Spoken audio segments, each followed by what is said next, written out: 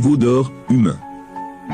Aujourd'hui, les peuples de toutes les nations, les religieux de toute religion, quel que soit son nom, et les prétendus chrétiens, de toute dénomination, les chefs, et les leaders en tête de toutes ces choses, sont les veaux d'or modernes, humains. Et nous allons en donner, la preuve biblique. Lisons Exode 32, 1 à 4. Quand le peuple vit que Moïse tardait, à descendre de la montagne, le peuple s'assembla auprès d'Aaron, et lui dit, « Allons, fais-nous un Dieu, qui aille devant nous. Car ce Moïse, l'homme qui nous a fait monter du pays d'Égypte, nous ne savons pas ce qui lui est arrivé. » Aaron leur répondit, « Ôtez les anneaux d'or, qui sont aux oreilles de vos femmes, de vos fils et de vos filles, et apportez-les-moi. » Tout le peuple ôta les anneaux d'or, qui étaient à leurs oreilles, et ils les apportèrent à Aaron. Aaron reçut l'or de leurs mains, le fit fondre dans un moule, et en fit une statue de veau.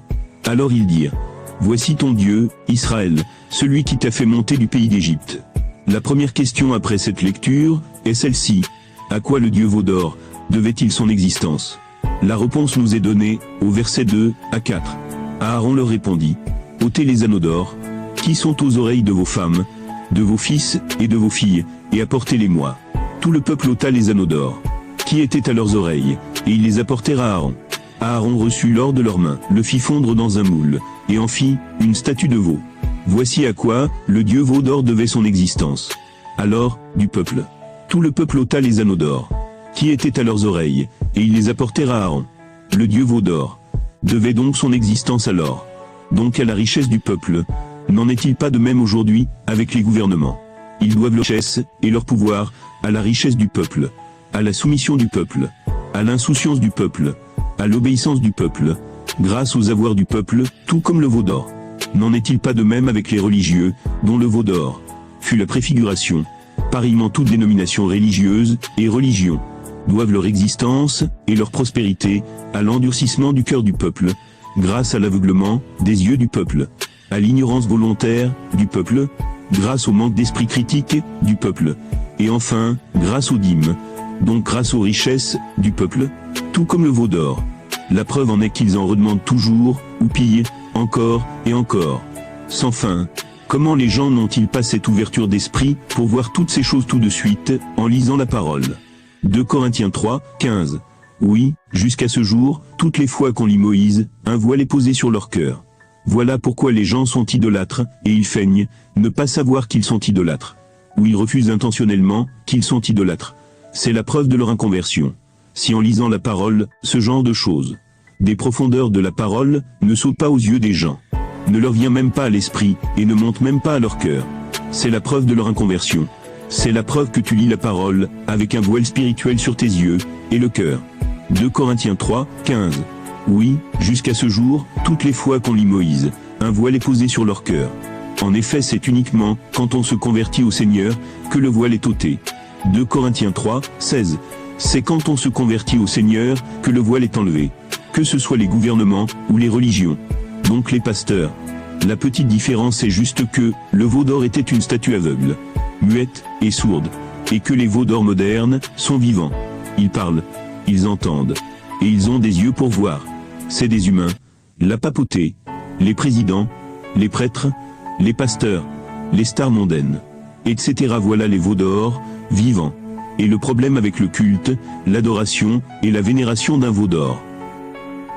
Fût-il une statue muette, sourde et aveugle, ou bien un veau d'or vivant, c'est que les peuples qui leur sont soumis ne s'en sortent jamais d'eux-mêmes, s'ils ne reconnaissent de tout leur cœur leur égarement, et leur péché d'idolâtrie.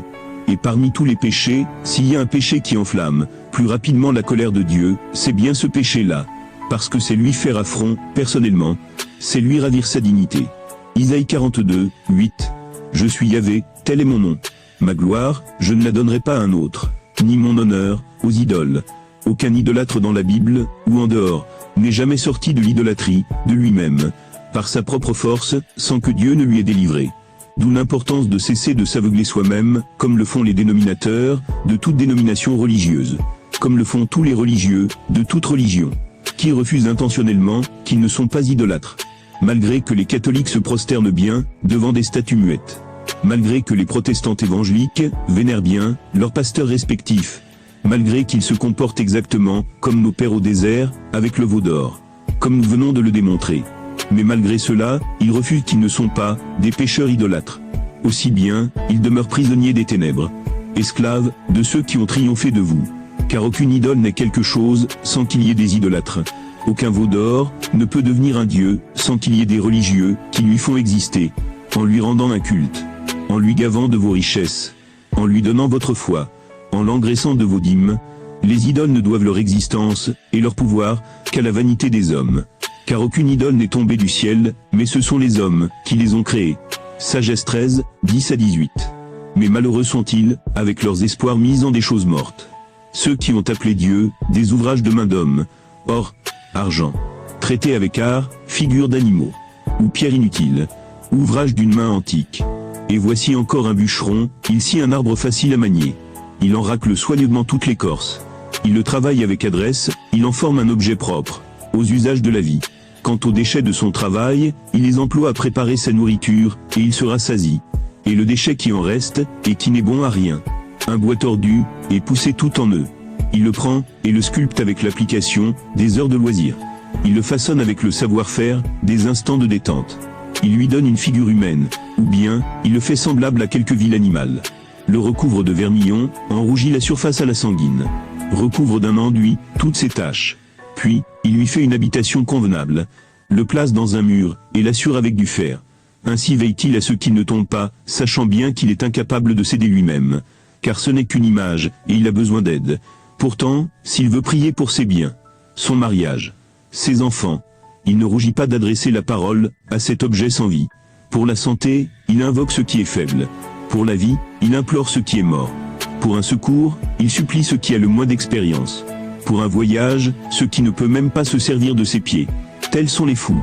Ainsi agissent les insensés. C'est vous qui créez des dieux de néant. 2 Timothée 4, 3-4. Car le temps est venu où les hommes ne supportent plus la saine doctrine, mais au contraire, au gré de leur passion et l'oreille les démangeant.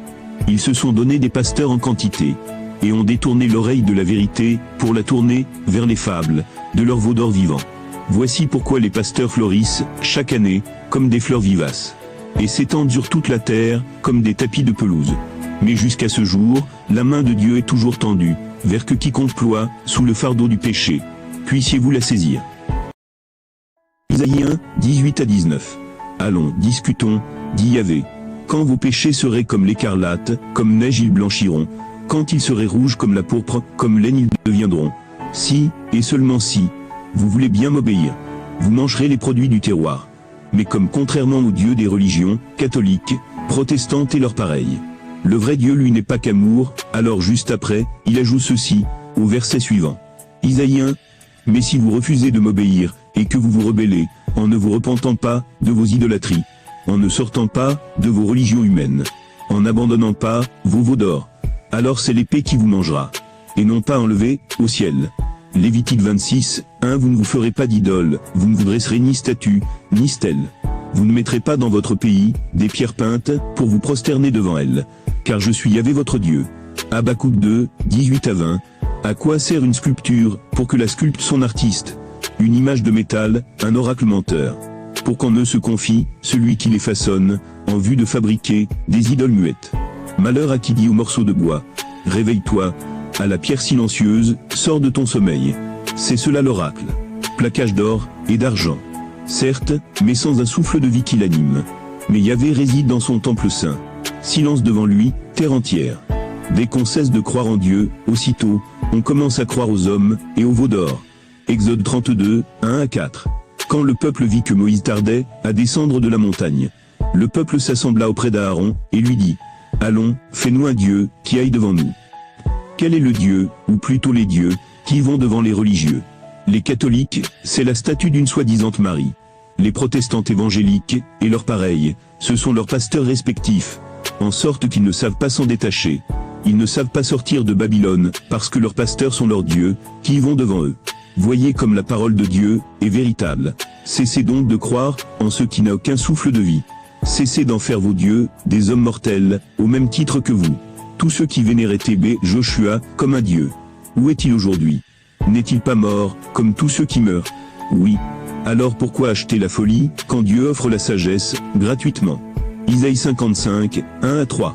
Ah, vous tous qui avez soif, venez vers l'eau. Même si vous n'avez pas d'argent, venez. Achetez et mangez. Venez, achetez sans argent, sans payer du vin et du lait. Pourquoi dépenser de l'argent pour autre chose que du pain? C'est-à-dire la parole de vérité, de l'épouse. Et ce que vous avez gagné, pour ce qui ne rassasie pas. Donc les mensonges apostats, des religieux, ainsi que le péché. Écoutez, écoutez-moi. Et mangez ce qui est bon. C'est-à-dire, la parole de vérité, de l'épouse. Vous vous délecterez, de mes succulents, dans le règne de Christ. Prêtez l'oreille, et venez vers moi. Écoutez, et vous vivrez. Je conclurai avec vous une alliance éternelle, réalisant les faveurs promises, à David. Pourquoi donc acheter la mort au pasteur, alors que Christ offre la vie gratuitement? À quiconque veut vivre. Jean 7, 37. Le dernier jour de la fête, le grand jour. Jésus, debout, s'écria. Si quelqu'un a soif, qu'il vienne à moi, et qu'il boive. Matthieu 11, 28. Venez à moi, vous tous qui peinez, et ployez sous le fardeau. Et moi, je vous soulagerai.